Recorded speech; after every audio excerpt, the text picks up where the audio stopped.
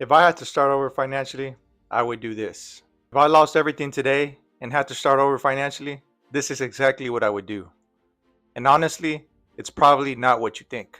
See, most people aren't broke because they don't make money. They're broke because they don't have a plan. I know that because that used to be me. And I'm not saying this from theory, I lived it. Here's a little bit about my story. I started working at 16. I graduated high school with no real plan. I tried community college for a semester, and honestly, I don't even remember if I finished. I had my first kid at 19 and bought my first house at 20. On paper, that might sound like I was ahead, but I really wasn't. My mortgage alone was a huge chunk of my income. I was getting paid every 2 weeks, and one entire check would go straight to the house. I had no margin. I had no plan.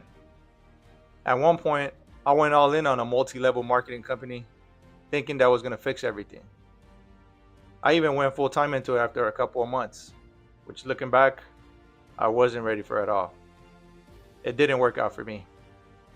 And after that, I was stuck. I knew I either needed to work 2 or 3 jobs or do something that made me really uncomfortable. So I chose uncomfortable.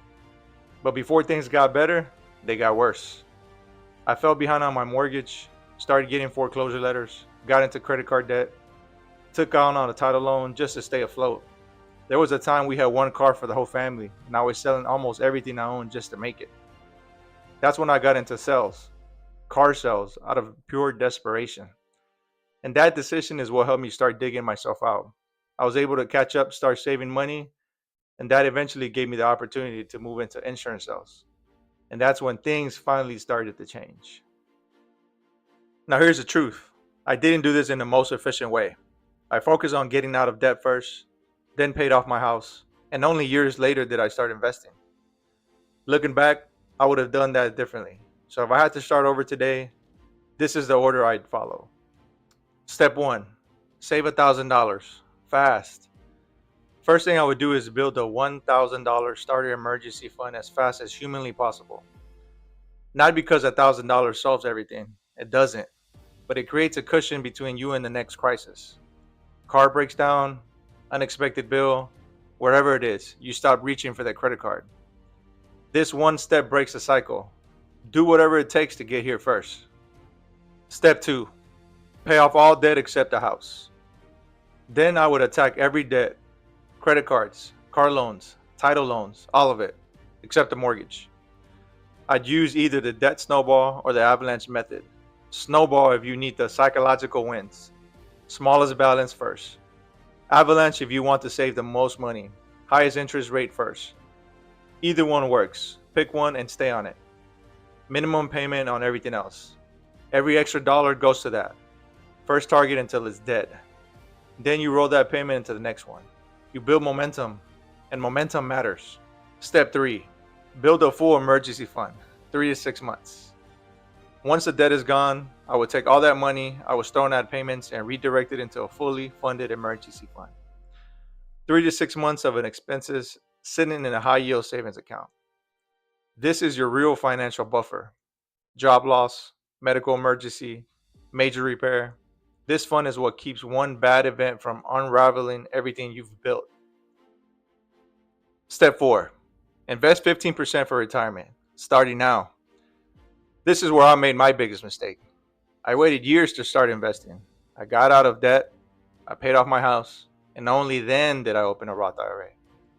That gap, those years I wasn't invested, probably cost me more than what I want to think about. If I had to do it all over, I'd start investing 15% of my income right here, not at the end. Roth IRA, index funds, keep it simple, something like VTI, low fees, broad market, and you leave it alone. Time in the market is the whole game. Don't wait like I did. Step 5, save for your kids' education. If you have kids, this is the next move.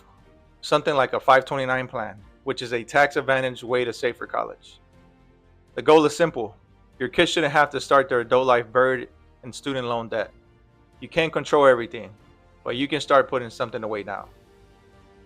Step 6, pay off your home early. Then I would go after the mortgage. Extra payment straight to the principal. The goal is to own your own home free and clear, 100% debt free. When that day comes, your monthly overhead drops dramatically, and your options in life expand in ways that are hard to describe until you experience it. Another step is increase income. And throughout all of this, I would be focused hard on increasing my income.